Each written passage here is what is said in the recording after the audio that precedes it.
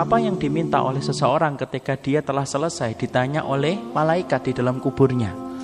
Maka kemudian dikatakan oleh Rasulullah dalam riwayat Barra bin Azib, kalau seseorang itu telah selesai, ketika dia telah didatangi oleh para malaikat, di mana malaikat itu bertanya kepadanya dengan 3 pertanyaan.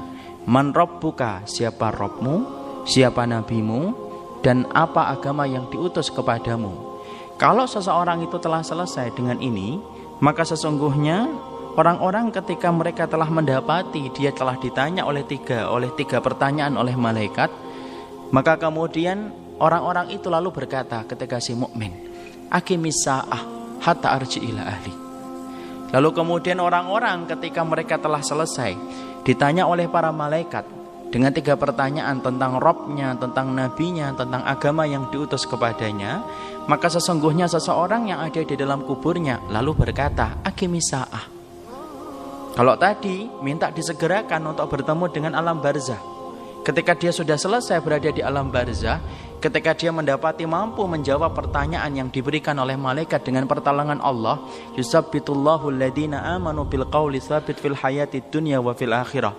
Allah teguhkan hati, Allah teguhkan lisan orang yang beriman dalam kehidupan dunia dan di akhirat. Salah satunya ketika dia mampu menjawab pertanyaan para malaikat di alam kuburnya. Selesai, dibukakan pintu antara dia dengan surga, didatangi dia dengan orang yang begitu tampan dan rupawan yang berkata, ana amaluka salih, saya ini adalah amalmu yang salih.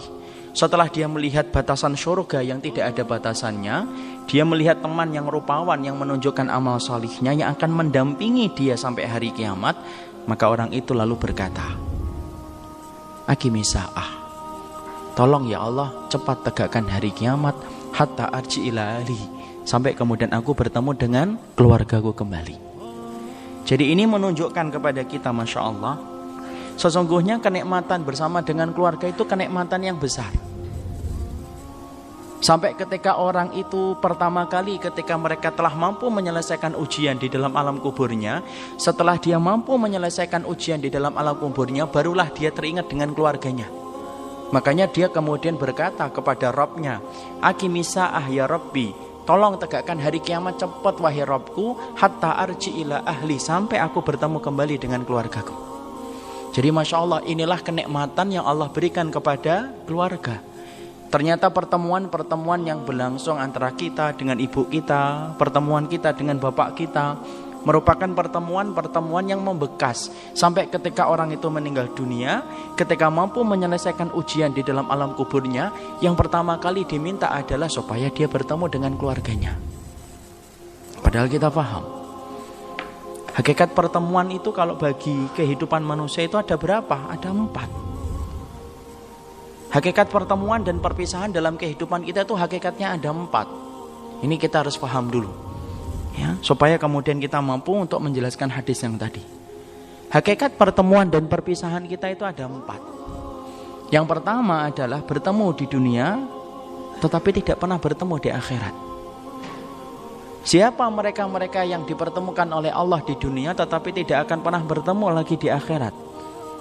Yaitu adalah orang-orang kafir, orang-orang musyrik, orang-orang yang memiliki penyakit kemunafikan yang mengeluarkan ia dari agama Allah. Maka sesungguhnya orang yang semacam ini mereka ketemu di dunia tetapi tidak akan pernah ketemu di akhirat.